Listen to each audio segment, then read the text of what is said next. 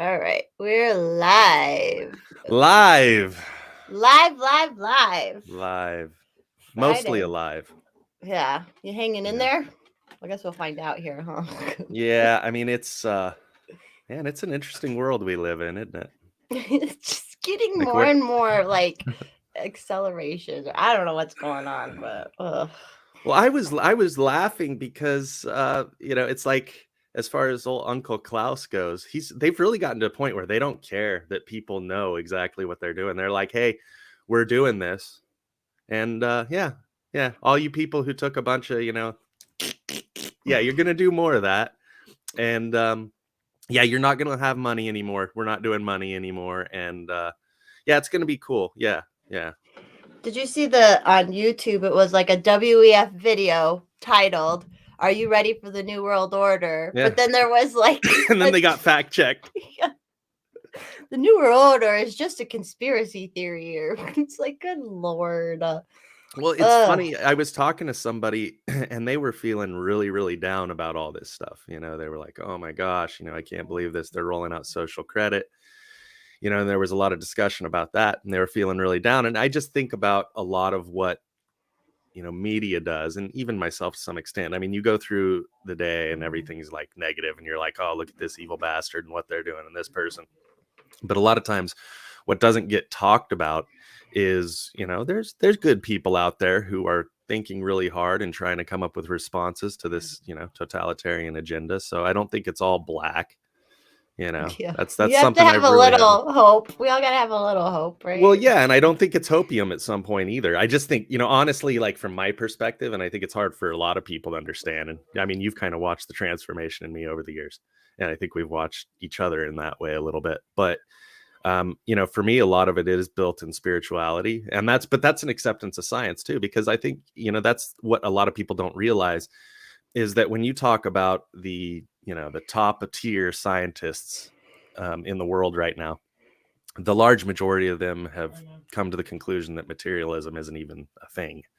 It's going to be completely rejected probably within the next 5 to 10 years, regardless.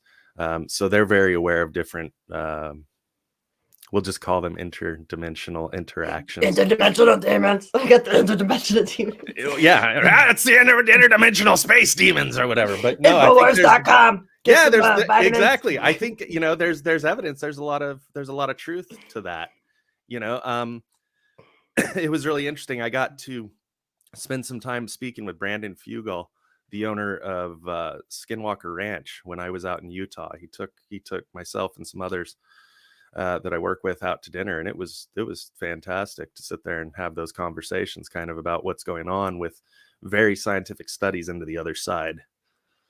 I mean, you never know. Okay, we got a couple people here. I don't know if you want to reintroduce yourself. So okay,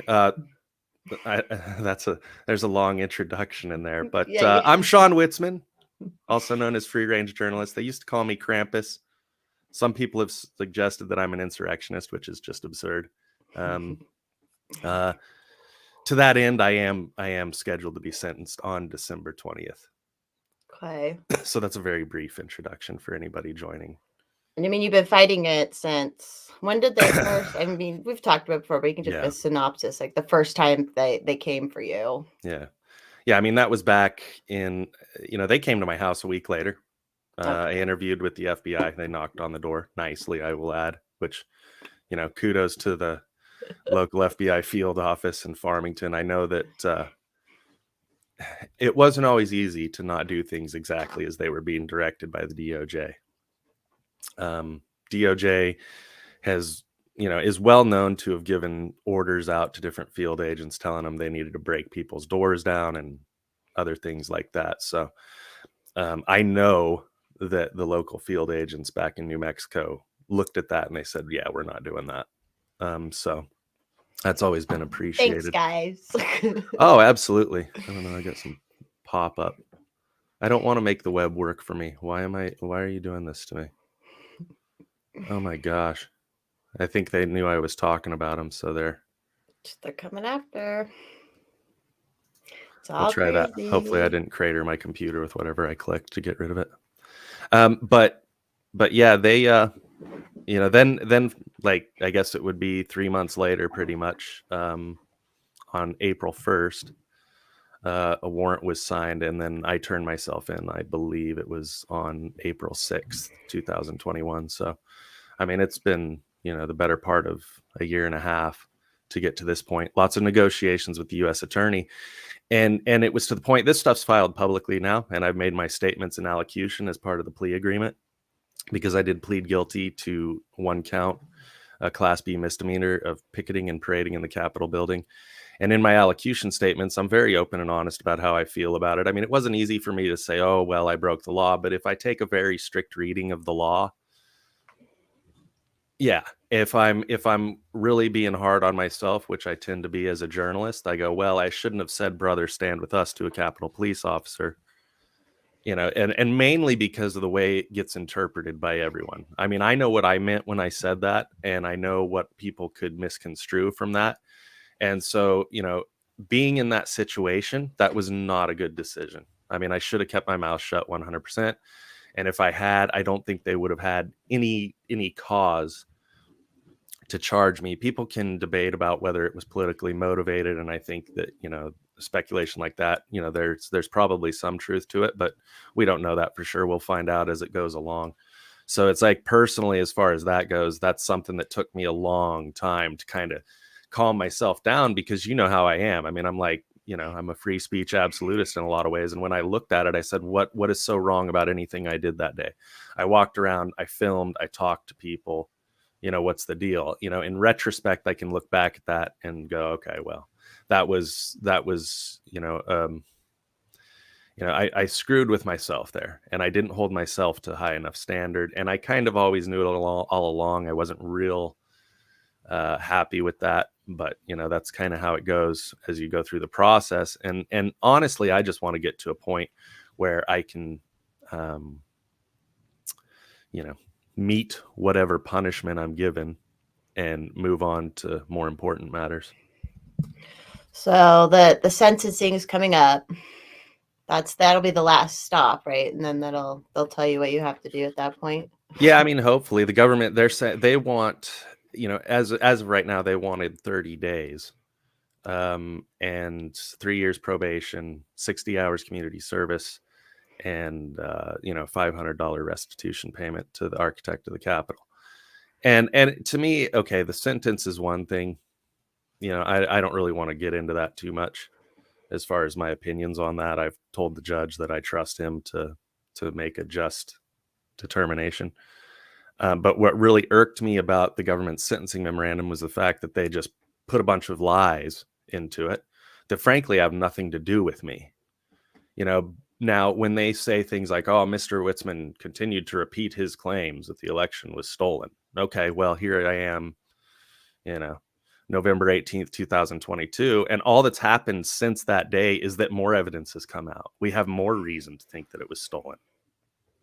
Now, just because it gets again. Yeah, and just because it gets censored from social media doesn't mean that it's not true. But that's the way a lot of these people that are in the Beltway bubble approach this entire thing. And honestly, I think that sadly applies to a lot of the judges in these January 6th cases, where they're not being shown the totality of evidence associated with the day. So if they don't understand what's happened in regards to the election or in regards to January 6th, how are they going to make just determinations? So I was left with this situation with the government sentencing memorandum, where I had initially written an allocution statement that was, I guess, less concerned with any of those issues. And it was more concerned with, yeah, Judge, here's who I am as a person. I was working as a journalist. This was why I was there. This is how I screwed up. Kind of a more in-depth version of what I just told you. And they wanted to broaden the scope of the sentencing hearing. So for me, it's kind of one of those things where it's like, okay, you guys want to broaden this? That's fine. I have receipts. And so I intend to produce those receipts at my sentencing hearing on the 20th. I guess talk about that. I mean, all these judges and stuff over the time period, like half of them had to have seen all the propaganda on TV and stuff, right? Mm-hmm. Like the CNN, remember right like after it happened, that dramatic, yeah. I think it was CNN, they're like, oh my God. Yeah. It's like they have to have seen that stuff. So they can't be like even. I wouldn't think No, so. no, I don't think so. And that's really, people like to say, that all these people are evil or this and that. And I'm really not of that mind. I mean, in my opinion, when I look around and I see the way these people behave, they act as though they've been highly propagandized, which we know Americans are. Left, right, libertarian, it doesn't matter. Everybody has Everyone. their own little bubble of thought. And anytime they step outside that bubble of thought, they feel threatened. So then they just retreat back and they go, no, this is my safe space. This is the facts that I know. And so they don't consider other evidence. Huge problem in the United States. Huge problem in the United States. And to think that it doesn't apply to those in positions of power is just that's kind of absurd in my opinion. Yeah. I think, wasn't it like someone in Russia or something said like Americans are the most propagandized country? I forget where I heard that quote, but Yeah. it was like if someone from, over there is like, you guys are fucked. It's like, yeah, I guess we kind of are, No, huh? I mean it's psychological warfare operations that started back in the 60s. I mean it's pretty much well known at this point for anyone who dares to go look that the USSR was very intent on stoking division in this country and then widening the divisions, making it about race or whatever they could drive a wedge into. And here we are 70 years later, basically, and it's been highly successful. And it was such a good psychological warfare operation that even after the fall of the USSR, it continued on its own because they had already propagandized an entire generation of people who had gone to the colleges, back when my parents and the boomers were there. I mean, that's what all of that was when you saw this creeping, Marxist specter, going into those institutions. And now, because it was so well done, it's infiltrated itself to where we have elementary school teachers over there concerned about whether or not a 4-year-old thinks that, their gender Yeah. might be wrong. Yeah, it's been crazy because it snuck in, and then you had the boomers who were distracted by like the wealth and stuff in the 90s, and they just weren't paying attention and just creeped up, and yeah, now we're at this point where it's like teachers literally think they know better how to raise your children than you do, and they'll Yeah. they'll say it openly. They have no problem just openly saying that now. Yeah, and it's 100% a culture war. I'm sure, I would hope so, that many of the people who watch your stuff are familiar with Lily Tong Williams, libertarian activist and candidate. She's great. She escaped the Chinese Cultural Revolution and came to the United States. And when she talks about everything that went on with Mao, I mean, a lot of what we're seeing in the United States is very, very, very similar to that. I mean, you can find parallels, in the Bolshevik Revolution to what's going on now, and it's really this global thing at this point. And until Americans kind of recognize that, I don't know what solutions there are. And I think we really have to be careful not to use these blanket terms. People like to say, the deep state. Okay, what I've challenged people with lately is I go, well, which deep state are you talking about? Right. Because I don't think it's any sort of, you know, singular problem. It's very multipolar. You have a lot of different people with a lot of different motivations. And sometimes those agendas and motivations align, other times they do not, from what I see. Yeah, it's they're saying basically now instead of like the class thing with the Marxism, then they've used gender, and like that's the whole like it's exactly the same stuff. It's like it's so interesting. Like I never in my life would have ever thought I would say, God damn these commies. But then over the last like couple of years, I'm like, God damn these commies. Like It's absurd. When I was younger, I laughed because I used to, like, I had my leather jacket, punk rock, and I was into all these different political philosophies and studying them and trying to figure out what was better than capitalism. So, I've still got my linen pins hanging around somewhere. There's a funny story is that years ago I went into a hockey locker room when I used to play, in the adult leagues and stuff. And that's when I met my buddy Vladimir. And I walked in there and I had a linen pin on my leather jacket. And he just looks over at me and goes, "Take that fucking shit off right now." And I was like, "Oh shit, sorry." You got to learn about cultural awareness and sensitivity at times, I suppose. right. Yeah, that's the American kids are like, we Yeah. love Oh, it. Jay, he's great. Put him on my jacket. We're all communists now. It's going to be cool. Oh, it's such a funny world. It's crazy now. So you had your charges are all done, right? So what were your official charges? Who knows? I Just have to stupid or confess, You know, Oh. it's I Like, say I this don't all the fucking know. time, where it's like when I got the paperwork, I would look at it. But, you know, for those that look, and you can look up my case file very easily just by searching my name. If anybody Yeah. has any questions, there's plenty of information out there. Uh, but it's like I just looked at it and I said, okay, well, I didn't do anything violent, so why is violent entry involved in this? Um, you know, so that's why it took a lot to get to a point where I said, okay, I pled guilty to picketing and parading in a Capitol building. That's what I've pleaded guilty to. And, you know, again, very strict reading of the law, but I'm at peace with that. What I'm not at peace with is suggestions that I was some sort of insurrectionist or anything like that. And I think that goes for the large majority of people who were there. I think that's really absurd. I mean, even down to what we're seeing going on in the Oath Keepers trial. Um, there's just a lot of stretches. There's a lot of stretches. And if they have the right jury, which in DC, they will get the right jury for their way of thinking in all of these cases, then they'll convict these people of these things. And it will help build this narrative and really turn January 6th into this Reichstag moment. With unarmed people. Like, do you think it was it really, I mean, obviously, I mean, you do think there was FBI like provocateurs there and everything, right? Or what do you? Yeah, but I don't know about. Look, here's the thing. I'm not entirely sure about what level provocateurs were involved. I think that what people don't want to recognize, it goes back again to this propaganda business. And I don't think they understand how easy it is to manipulate human beings to doing things Right. through information and through social engineering, which I think, you know, you and I have a lot of history in dealing with people even before political stuff where they would social engineer people to do certain things. So, you know, with that understanding, it's like, okay, did they really need somebody who was directly tied Right. to an agency to do something? You know, probably not. I mean, I've reported since, you know, probably a week afterwards that there were agents from multiple organizations, multiple organizations. And I knew that from a very high level, you know, different people I talked to. And so I think as time has gone on, we've seen more that suggests that that was the case. I know that right now, for instance, there seems to be a lot of debate how the doors wound up being unlocked.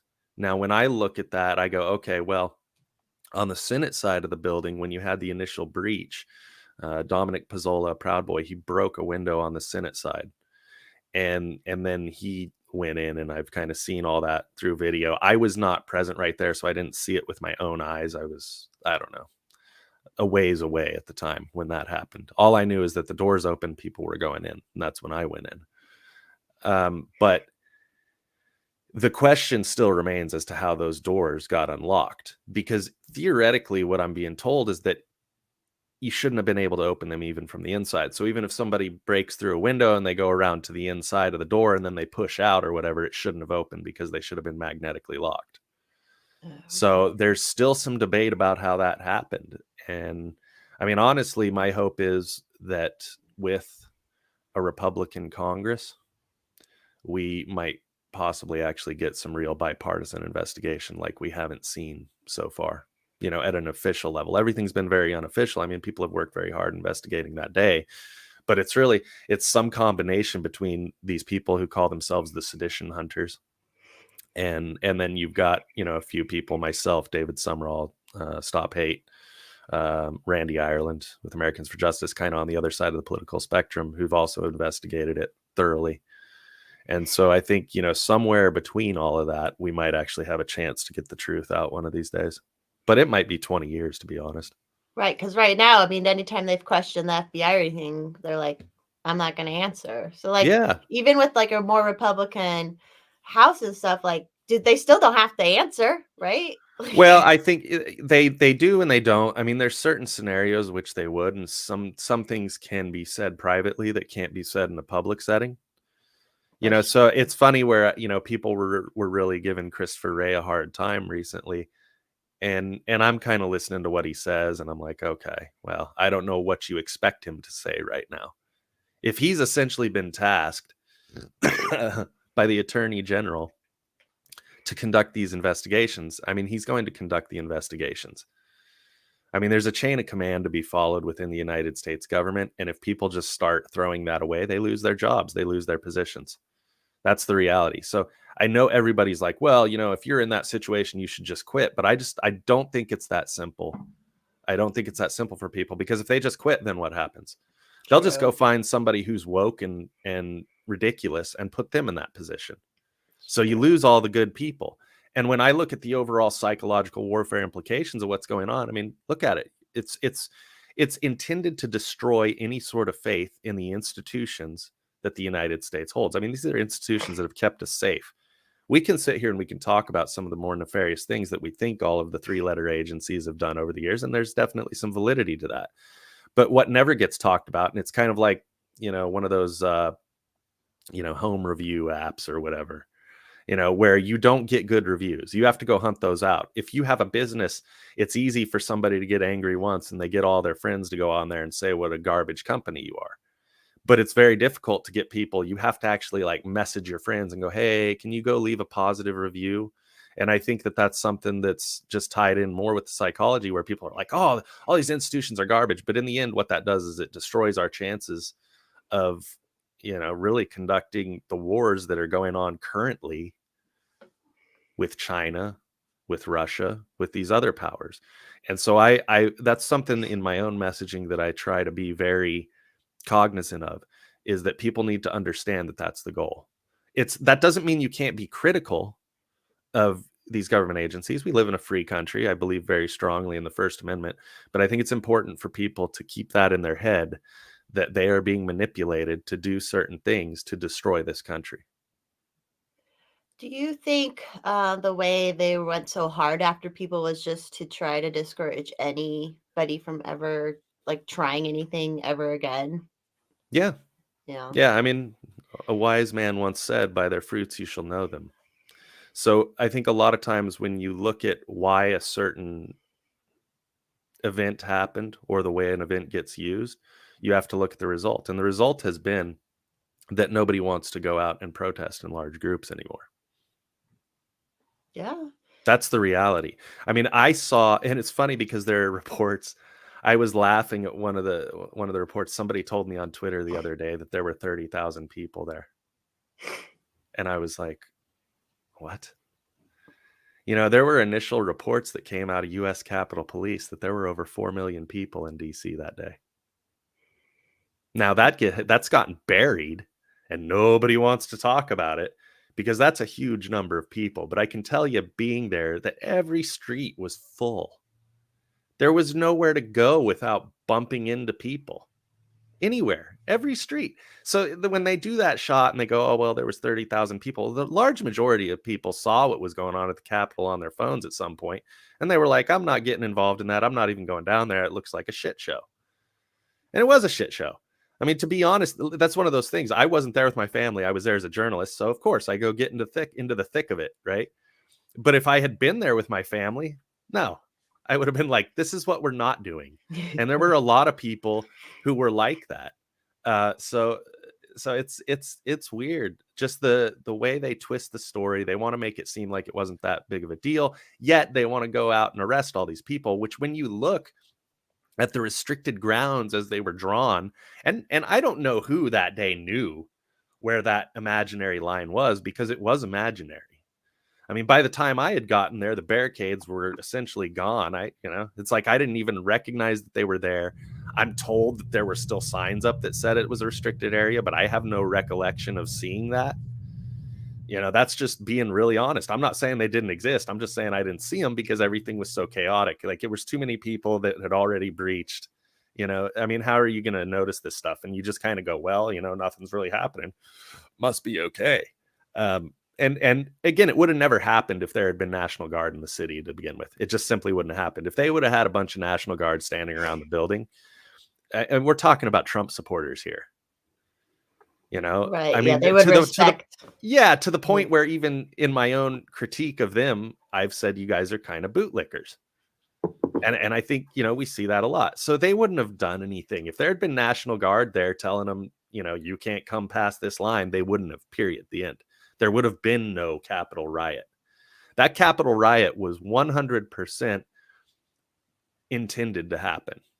And when you look at who was responsible, I think you have to start looking at who was in control of these decisions, whether it's Muriel Bowser, the mayor of DC, Nancy Pelosi, because she's in charge of Capitol Police at some point.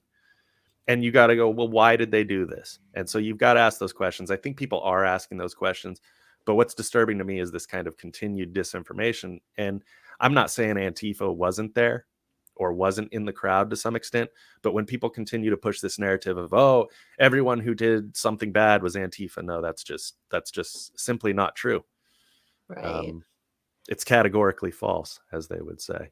I mean, even back then, that's talking about Christopher Wray, where he said, you know, any assertion that FBI agents were involved in provoking these actions is categorically false.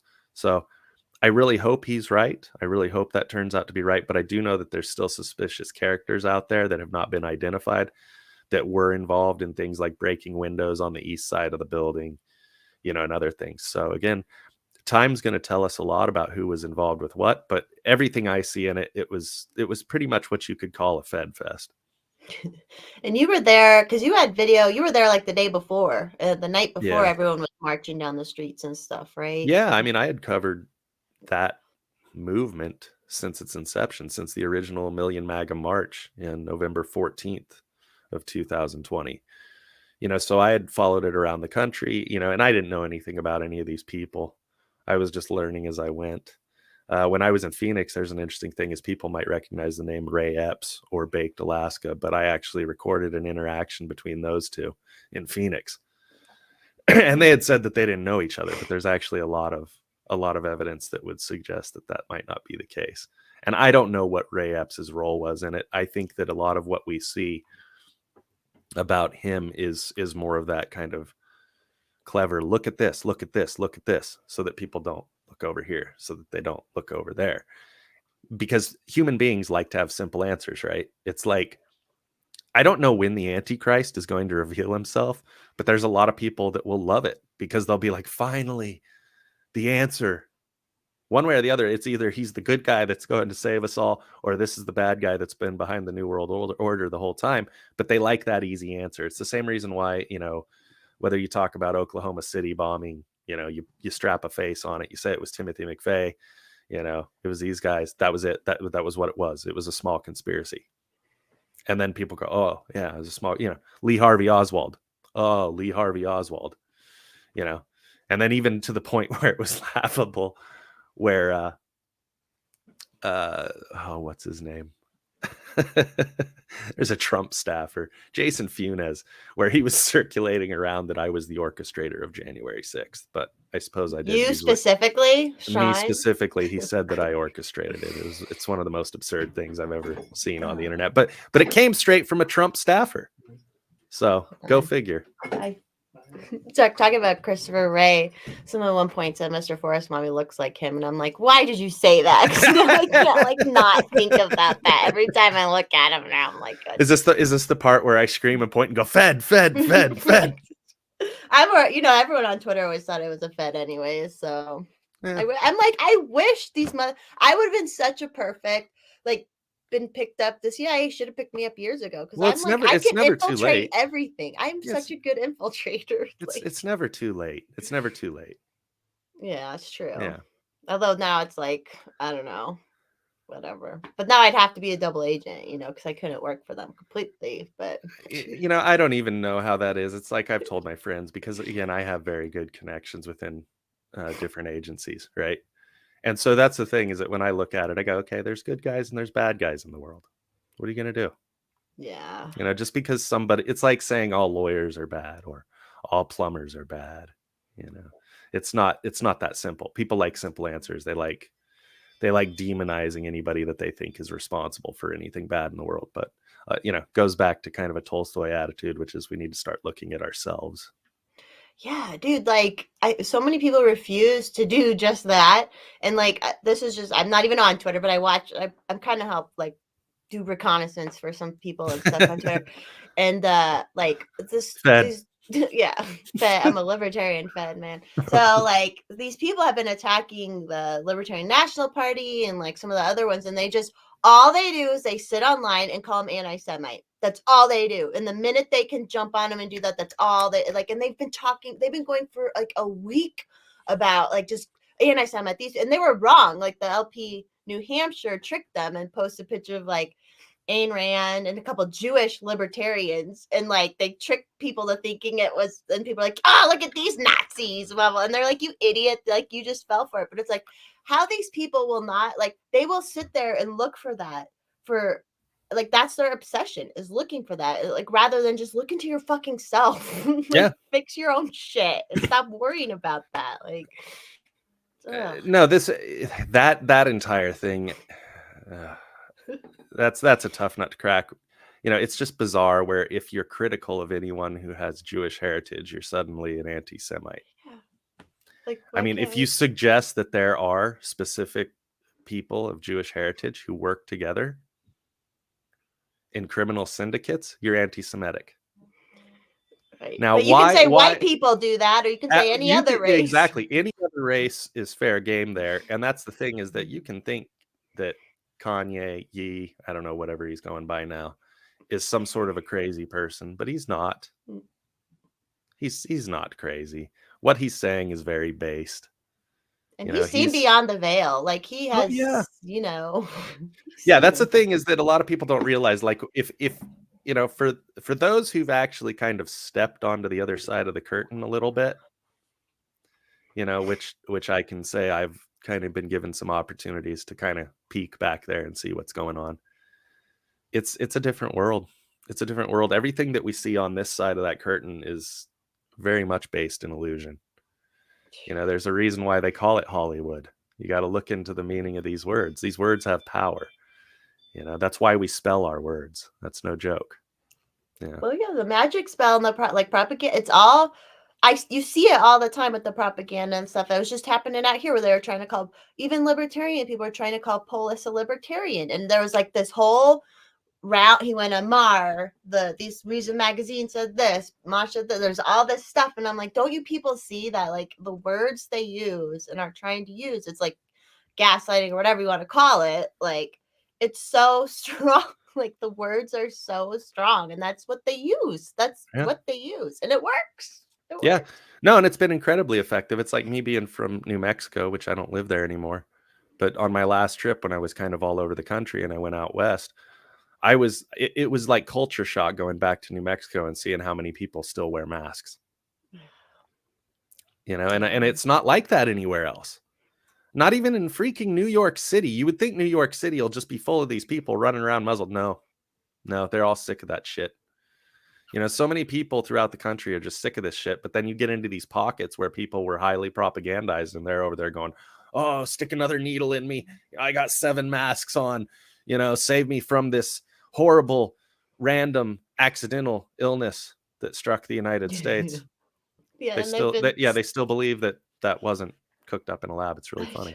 You know, it's like, and that information was there the whole time too. Like all this information. I remember reading something even in August of 2020. I think even the New York Times put it out or someone, and they were like, the PCR tests are shit.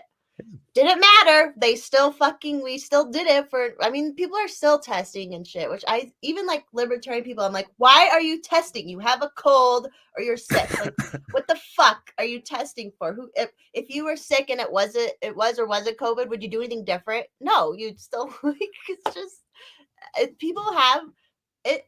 It has been amazing. And like to say, like we all are, you know, can be propagandized and stuff, but man, this has just been seeing it in real time as fast as everything set in 2020. Yeah. And like just like even when people did go out to start protesting to stay open right away, what were they doing? Oh, you just want a haircut, you know, and doing all the invalidation, calling everyone MAGA, Republican, you know, just like it was just so strong. And then the riots, everything, we all know, like it's just wow. No, and that's something I look at the entire thing. It's like trying to hold Uncle Donnie accountable for his, you know, things that he's done. Obviously, there was Operation Warp Speed that he put into place and all these other things. But that doesn't mean that everything he's done is bad. You know, I think he's human, and I think we've got to look at that. And it's funny where the problem is the more they attack Donnie, the more I like him. You know, they are desperate to not have him in any sort of position of power. They're desperate to the point where you've got, the Lincoln Project and Politico over there pushing DeSantis. And so then everyone's like, oh, Trump, he's this, how dare he do that? He goes out and he calls him sanctimonious. Well, if you look at what was going on behind the scenes and you look at the people who've been pushing this DeSantis campaign, it's 100% intended to invalidate Trump because they are so terrified of him. And I honestly think it's just because, for all of his faults, he's a loose cannon. He says things that they don't like being said, period. And so it'll be interesting to see how it all plays out, obviously, with his campaign. Some people have suggested that the reason he declared was to try to avoid, charges or arrest or an indictment because it would make them look incredibly politically motivated to do that. But I don't think they can help themselves. I think that at some point we are going to see Trump be arrested because they've got to do something. They are in this position, the people who have tried to usurp the Constitution in this country, they're in a bad position where they've got to cover their ass. And frankly, covering their ass probably takes a lot of work. The way when you said arresting him, I just remembered the whole Mar-a-Lago thing. Like, I haven't heard anything about that. Like, what the fuck was that about? Well, no, I think, based off of what I was hearing was that there was a lot of concern that he was going to be arrested right toward the end of October. That didn't happen. And that's the thing, is that even when you hear things or if there's chatter going on and people are saying, oh, we think this is going to happen, that's going to happen, it may or may not. But you're just kind of looking at an overall situation with him having declared that he's running. It puts him back in the spotlight. And I think something that people have to consider is this when it comes to Trump is that, back on January 6th, there was supposed to be a report that was delivered. I can't remember the exact number, the executive order that was signed in September 2018. But the Office of the Director of National Intelligence was supposed to produce a report that highlighted any potential problems with election interference, from foreign powers, and it gives them the authority to seize any of the assets of people who were involved, right? That report was supposed to be delivered long before January 6th ever happened.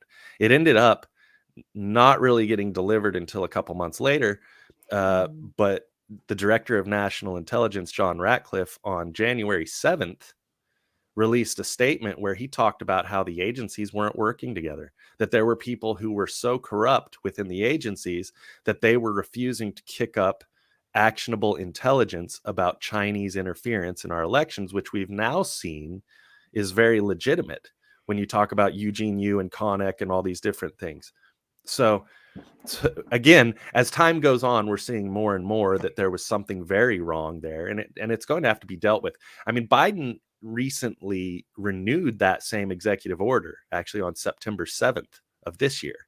So it's something that has to be done. There's going to have to be a report that's delivered about the election, and we'll see how that plays out because now you have a Republican Congress that report will be delivered to.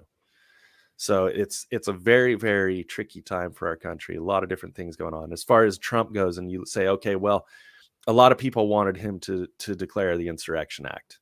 I mean, especially after January 6th, a lot of people looked at the situation and they said, okay, everything's screwed up. This election's screwed up. Something needs to be done. We need to bring the military in. And yeah, obviously the Q people in the Q circles, they're freaking out. They're going, oh, it's time. Get your popcorn, yada, yada, yada, and all that. And then nothing happened. Now, I've heard from some people that literally what happened in the White House at that time, and these, again, this is from very credible sources, was that essentially Trump was threatened with nuclear war if he didn't step down. So as someone who kind of looked at what he did and said, man, you didn't take action. Why didn't you take action? I have to kind of pause and look at the totality of it. And you say, well, he stepped down because he didn't want them to just, start a nuclear war, because everybody knows how that ends. And so he steps down. But now I think even in the last 2 years, even if you're Trump, you've got to sit there and you look at everything and you go, okay, well, it looks like they're pushing that anyways. Like that's their last straw. They're these people are happy to launder money through Ukraine. And we've seen plenty of evidence of that. It's absurd how much money is getting laundered through that. Oh yeah, this week's been nuts. Like it's one of those things where people are like, oh, this is such a horrible time. I don't know. It's kind of rad. It's very interesting. There's It's never any shortage it's of like things to the learn. worst production value too. Like it's just, and it's real. Yeah, It's but it's just, complete. It's like somebody said, oh, it's this dystopian nightmare, and I said, yeah, but it's completely immersive. yeah. What a production. Yeah, it's like Meow Wolf, but Yeah, like it's Meow Wolf. just real Exactly. world craziness. Like Meow Wolf Apocalypse Edition. Yes, Uh, immersive. yeah, but it's like so Trump doesn't do that, and then you see him kind of where he realizes they're going to do it anyways. And so it was probably one of these things where they were threatening him with indictment, and they said, look, we're going to indict you unless you just sit down and shut up. And in a very Trump move, he's probably like, dudes, I'm freaking old. Yeah. What are you going to do? You're going to kill me? Okay. So that may be what we're seeing is that, you know, it's kind of scary to think for me, because I think that the possibility that we see high level political assassinations in the near future is probably, I think that's a very realistic possibility. I'm shocked we haven't already, to be I honest. know. Well, and see, that's the thing, is it's all about stirring the pot, because again, people being very manipulated, easy to manipulate. If you stir the pot sufficiently, let's just throw this scenario out there. And again, this is just spitballing. Okay.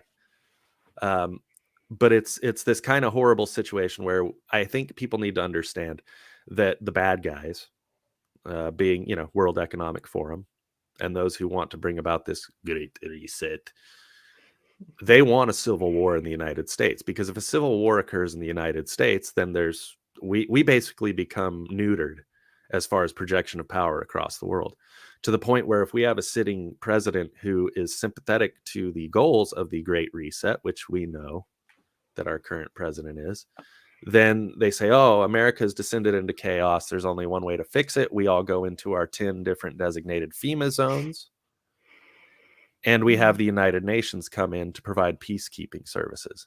And just like that, American sovereignty will be washed away, and we will be under control of a global government.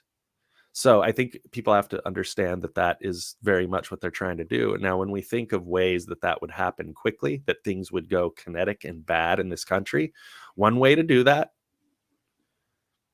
quite frankly, might be to assassinate Trump. Because the MAGAs, if they can keep their powder dry through that, I commend them. But I'm not sure that they have that ability. Yeah. And that's very, very concerning to me. And Yeah. again, I just look at that as a perspective. I'm not saying that it would be a good thing for Trump to be assassinated. I do not advocate for that. I'm not saying 100% that that's going to happen. But when I look at potential future scenarios, that's one that concerns me greatly, because of what it could do to kick off a kinetic civil war in this country, which would be absolutely horrendous. And people who talk about it, they're like, oh, you know, it's going to be, oh, the government keeps encroaching on my rights, and I'm going to use my AK-47 to fend off the government. No, you're not. No, you're not. When Joe Biden gets up there and he talks about, oh, you know, F-14s or whatever, that's not even scratching the surface of the availability of weaponry that these people have. I mean, think about it. We were all attacked with a bioweapon, and most people are still walking around acting as though it never happened. Yeah. We live in a world where everybody thinks that it's going to be some sort of, you know, warfare where there's lines. No, that's not how things work anymore. That's not how warfare is conducted. It's conducted economically, socially, and honestly, I think they've become really fond of bioweapons because there's really no way to defend against it. But even when we look at things like fentanyl and how that's been put into our society and is killing people left and right, whether you talk about COVID, which killed people, procedures, which killed people, the vaccine, which, as we all know, is perfectly safe and effective. And you look at all these different factors, we're already at war, and most people haven't even realized it. But it's very real, and our enemies, they want to destroy this country. I just cannot reiterate enough how much that's going on. I mean, we know for a fact that the Chinese have been setting up police stations across the country. secret intelligence hives and everything else. They have infiltrated. Why do we think that it was so important for the border to become porous? Because mixed in with all of these kind of this is another conspiracy theory that's not a theory, but this great replacement strategy that the UN had, where they send all these different immigrants from these failing countries into the United States. And we saw Schumer talking about that just the other day. Yeah, you posted that. I saw Yeah. that. Yeah. So it's like you've got this situation where you've got all these people pouring across the border. Nobody knows who they are. They're not checking IDs or anything else. You're telling me that a hostile foreign power wouldn't use that as an opportunity to sneak their agents and operatives in? Yeah, and like, how is there? These people are from the poorest country, but they all know to like get together at the same time and come. Like, it's so. Exactly. It's being coordinated, and we know for a fact that there are uniformed troops that have been training and stationed in both Mexico and Canada from the Chinese government. That's Awesome. that's now verified, and that was something we were reporting back on my crappy little podcast back in like July of 2020. We were like, oh yeah, the Chinese are staging for an invasion. And when I say that, I still have people go, oh, you're crazy, that would never happen.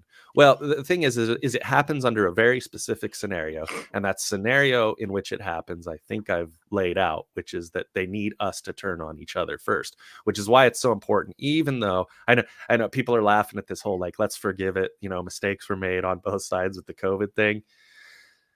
That's a fine line. What we can't do is, obviously, we don't want to just forgive all the people who were in positions of power, who conducted this operation against us, who destroyed our economy. But also, we've got to not give in to hate. And we've got to understand that a lot of these people really are victims of something that they didn't understand what was going to happen. And I think, 2023 here, moving into the winter, I mean, I personally think is going to be horrendous. I think we're going to see death like we've never seen before. And a lot, like, I think there's going to be the way they wanted to just like gloss over everything. I think that's just it's not going to turn out good when you just like say you didn't do anything, and part of the country's like, yes, you did. And I know a lot of even people who are upset with it are still kind of just moving on too. And I'm like, I feel a rage inside of me that I should not feel. Like, I hate that I feel this rage for what they did, and they're just like, I didn't treat anybody like that, Yeah. and Yeah. they pushed the peaceful people. It's like that whole thing where like people who are like not anti-libertarian, but they're like, if you just want to be left alone, that's great, but they will come for you at some point. So you have to have this like defense. You have to be more than just self-defensive. You have to be like on the offense, like you have to. Because I'm like, I don't even know. There's still people. They're going to try and mask here in Colorado again, I'm sure. Mm-hmm. He just expanded the emergency powers to include the flu and RSV. And I'm like, okay, so that means that the COVID emergency failed if the diseases are worse. But no one thinks like that. No one like. No, they just continue to go, this is fine. This is how this works. But it is how it works. Essentially, you've got to think about it this way, is that the initial bioweapon and the release of it was in order to condition people to a certain level of compliance with the state. That's what it is. That's what it is. You use fear. And that's not to say, here's the thing, is that I just recently, I haven't really looked into this, but some people were saying that I guess Ebola has found its way to the United Kingdom now. Oh, cool. And I think the sad reality is that we probably are looking at a world where the bioweapons they release are going to be much more deadly. They're going to be much more of a concern. And they probably are going to have solutions to those in the form of mRNA vaccines. Yeah, every time. I mean, myself, I look at that situation and it's not good, because if there is a virus that starts killing off, the purebloods, which I try not to get into that language. No, I thought that too a long time ago too. They're like, they're gonna release something that was specifically, if you didn't do it, they're gonna get rid of you. Yeah. Yeah, I think that's a very reasonable scenario to consider right now. And that's really with an understanding of what's going on with these different mRNA vaccines and what they're actually doing to people. I know that there's been some suggestions, some evidence, but I think we saw a lot of different there was a lot of different things that were put into the mix. It's an experiment. That's what I've told people. You can sit there and say, oh, this was the first depopulation scheme. Not really. I mean, I think it's just one of those things where the people who are controlling this, they don't care. They simply don't care. They don't view the peasants as having any value. So if you kill a few of them during the course of an experiment, that's just a necessary cost They've for been the doing that advancement of all along. science. I mean, they've been doing that in Africa with back. They Yeah. don't care. We're just No, test subjects. no, it's just test subjects at some point. And so I think when you look at what the potentials are, I mean, obviously, like I say, there's plenty of evidence suggest that some of what we saw was, self-replicating and self-assembling graphene nanostructures within people's veins, which then when you pair that with some of the 5G stuff about automation, you get this kind of scary scenario where you talk about mind control. There were plenty of experiments that have been done on mice where they put graphene matrices into their brains and were able to control their movements using 5G technology. So again, that's the thing, is that there's plenty of information out there, both valid and invalid, and that goes back to this idea of too much information, because people always latch on to the most absurd things that really have no basis in science, which then invalidates anything that does have a strong basis in scientific study. That's the game, right? And Yeah. And then you have the people who don't question anything at all, because it is a lot. Like, I'm just like, I don't want to have to be thinking about all this shit for the last 2 years. Like, I wanted to be like sexy, having fun, but like Right. those days are over. Like, Right. that's so hard to like I don't know. I had a lot of fun when I was just running around being a hoe. yeah. And now I don't have time to be a hoe. It's really upsetting to me. And all my hoe friends turned out to be fucking idiots anyways, I found out. So like what? Yeah, like it's they're so still absurd idiots. to me. Doctor was tried. I posted just how Jared Polis expanded the emergency powers, and I said, "This is how they take. This is him expanding the government. This is how." And she was like, "It's not for mandates. It's just to help hospitals get more masks because the RSV is so bad right now." And I'm just like, and this is someone who was like in an alternative lifestyle, a doctor, and it's just like, how are you still saying that shit? Like how? Just drives Psychological conditioning is an amazing thing, and this is the thing. Everybody's over there salivating like Pavlov's dog. That's really it. That's all that's going on. Ring and the the people bell. who have it, they know start they did drooling. wrong, and they're not. The more they not, it's like any abuser or anything. The more you get away with it, the worse you get. You become worse and worse and worse. The more you like get away with stuff. So they're just, it's like you said, like some of them can't help it. It's for sure. But that's the scary thing too. Is just like they're propagandists, but they have authoritarian tendencies. If they want to side with the authoritarian right away, right? And it's just like, it's just scary. No, and I think, again, but that's all stuff that's known. I mean, when you really look into the people who are involved in the World Economic Forum and these different, globalist agendas, I mean, it's all based in psychological study. Yeah, Behavioral psychology. They know what makes us tick. Now they have, artificial intelligence that has really narrowed down what makes us tick and what our behaviors will be. They can predict our behaviors very accurately. Very accurately. So once you can get to the point where you're taking kind of aggregate data that's been collected through different social media platforms, you take that aggregate and you say, okay, well, how do we use this? How do we apply this knowledge? And then they say, well, if we stimulate a certain group of people this way, then they'll do this. And they know what the outcome will be. It's all very well thought out. It's like literally the most evil plan in the history of humanity. But when you look at it simply from a standpoint of effectiveness, it's actually quite marvelous and terrifying. It's it. But the whole last 2 years, I've just been like, I fucking hate this, but they're fucking brilliant. They're brilliant. Yeah. Yeah. I mean, Alex Jones talked about it forever, and I think that there's plenty of evidence to that. But it's like these people, they recruit the best and the brightest. They try to do it as early as they can. I mean, why do we think that Klaus Schwab had his young leaders? That's 100% what that is. They bring them in, they recruit them. Likely at some point, they put them in a situation where they obtain blackmail material on these people. Yeah. I And think those there's people plenty have of picked the evidence for that. politicians here to groom them, like AOC, all those people. They aren't what they say they were. Like they went to private schools and politically connected parents. And it's just all a fucking like. It really is a production. It's a fantastic production. Truly. Yeah, it's really top notch. Yeah, it's like it's funded. It has all the money. Like it's really that meme where it's like we're fighting all this $1 billion like propaganda campaign with our memes. You know, I'm like, I we're don't doing care. what we have to do. I mean, Yeah. that's an everyday affair. It's like I've been over there really kind of experimenting with the idea of what can actually get posted without being fact checked and throttled, right? Which I haven't had that much luck, as you Yeah, know. not even the WEF can Yeah, post. I get throttled. But it's like we've got to find more clever ways to do it. I think that goes back to some of the initial jokes which you get when we talk about the Armenian Council for Truth and Journalism, and what Radio Yerevan jokes are in the USSR. And for those that don't know, definitely look it up. But essentially, Radio Yerevan jokes were how people in the USSR were able to communicate information through a lot of sarcasm, where they essentially repeat the lines of the state. They say the exact lines, they don't argue with it, but there's this fakeness to what they say. And so I think when we talk about, overall messaging online and elsewhere, that's something to consider, is that when you have these giant global corporations that are dictating what we speak about and what we say, we've just got to get better at it. We've got to get more clever, and we've got to continue to wake people up to the reality that the United States is under attack.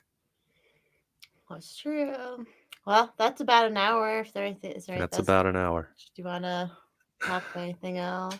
Also, before I forget to text me your links and stuff, and I'll add that into I the will. I thing. will. Like I say, it's one of those deals where I guess I am in that position to beg. But with But you everything are I've the gone kind through, of person that's like deserving of that. You know what I mean? Like, well, I work really yeah. hard. I work really hard. I mean, I don't sleep very much. And when I get up in the morning, I immediately start doing what I do, which is I gather, I analyze, and I disseminate information. I mean, that's really what a journalist is on some level. Lately I haven't been on the road. I typically like to be on the road, and talking to people in person and getting those perspectives, firsthand. But it really comes down to funding with all of this stuff. And so, I mean, any contributions that people can make, you can find me on Cash App at Shawn Witzeman. I have a Give, Send, Go setup that's easier for some people. Witzeman Family Fund gives a little bit of my story. There's some But you updates there. I need basically, to I get mean, you better. had to move your family. Like, you've had a lot Oh, I lost happen. everything. Yeah, Yeah. I lost everything. I Yeah. used to have a nice house. It wasn't anything extravagant, but when I started into journalism, I was self-funding it all through my plumbing business that I had for years, very successful. And then, things just snowballed from there, to the point where when I was charged, a lot of the work that I would do, because I would actually do these boiler installs that were very lucrative, and that all evaporated because I was in a very liberal community doing this work. So that just went away. It's funny, I still get calls every once in a while, and I'm all, oh, nice of you to think of me now. But that's long gone. That business is gone. My house is gone. Literally all I have left at this point is my pickup truck that I struggle to pay for every month. That's it. That's all I've got left. All of my possessions, which right now I'm actually thinking of selling, because it's been over a year living in a camper trailer in my parents' front yard. Awesome at 40, let me tell you. Hey, everyone, Um, that's like the new millennial thing, uh, anyways, right? Like living in I a mean, van pretty and a much. And camper. I know, see, this is the other thing that I'm well aware of, and is that people are all being squeezed really hard right now. When I look at what I used to be able to gather, even prior to my arrest, I would do some crowdfunding to try to pick up, some of the costs of, you know, plane tickets and other things, hotels, whatever. And then I would, do the majority of the rest of that. But I was able to gather much more in crowdfunding back in 2020 than I am now. So to me, that's an easy understanding that it's not like these people don't want to help me, because, you know me, I've got a lot of friends, and they've always been really generous, and people have helped me out in plenty of ways, and it's always been much appreciated. But I know for a fact right now that a lot of people simply can't do that. You look at the price of food, you look at the price of fuel, which is going to skyrocket, by the way. There's another black pill situation that people aren't quite prepared for, is that Biden has drained the strategic petroleum reserve. It's not really there anymore, and he did that all politically leading up to the election in order to artificially keep these prices low. They're going to skyrocket. Some people are suggesting that we could see $600 or $700 a barrel oil in the very near future, which that's going to translate to what, $10, $12 a gallon. to stay, and then everyone has to stay on home and has to be online where they can be Exactly. monitored. Exactly. And that's where we're being put. That's the corner we're all being placed in. So again, I understand people, again, every dollar is appreciated, but I understand why it's not there too. It's we are all being squeezed into a corner. And I'm telling you right now, when they roll out this digital currency, the social credit score is coming right along after that. And it at that point when they put that system in place, resistance to this machine is going to become so difficult. So difficult. I mean, you've got to understand that what they want to do is they want to place limits on the amount of net worth people can have. They want to place limits on the amount of credit that you have in your bank in dollars, which limited for the large majority of the population. They're going to be limited to $1,000 in their account. You're not allowed to have more. Also, these perfectly programmable currencies that they want to unveil, which is why they had to destroy crypto, by the way. But it's just so wild how all that happened, and oh, they want to regulate. I mean, again, they've thought this out. It's like, okay, well, in this scenario, then at least it does this. But this is the thing, is that they want these things programmed so that they can turn it on or off depending on what you do, how they feel about you, whether or not they want to put you in a camp, whether they want to just starve you out. When they say that in the future you will own nothing and be happy, they're not kidding around. And it's really tied into the Chinese model of social credit. And so I encourage people to look at that, prepare for that.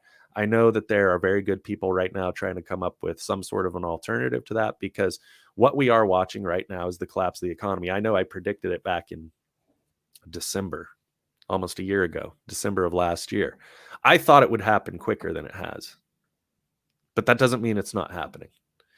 And we're watching it happen right now. And it's going to be this slow roll, but at some point they're essentially going to have that black swan event that just collapses the economy. And then they already have the infrastructure in place to come in as the savior. So when people are scrambling and they can't find food and the world's in chaos, the savior is going to come in. They're going to step into that role and they're going to go, here's the solution. We want to feed the world. All you have to do is sign up. We've got this app. You put it on your phone. Everything's going to be fine. Just do as we say. Just do it. We'll see. Yeah. Oh, all right, Shawn. Thanks for coming on and catching up. Always fun Thanks for talking having this me. shit with you. Absolutely. It's always fun. And I love our history. For everyone who's still watching, me and Shawn knew each other before COVID and stuff, and we knew some crazy ass characters. Yep. Crazy people. People and were now crazy now we just know crazier characters. Right. Like now we know like real crazy. Like, yeah, I mean, like I still sometimes I look and I think about some of the people, especially over the last 6 months, that I've spoken with, some on the record, off the record, and I'm going, is my life even real? But so it's really rad. I'm doing everything I can to try to let people know what's going on. There's tons of things that I could say that I can't say.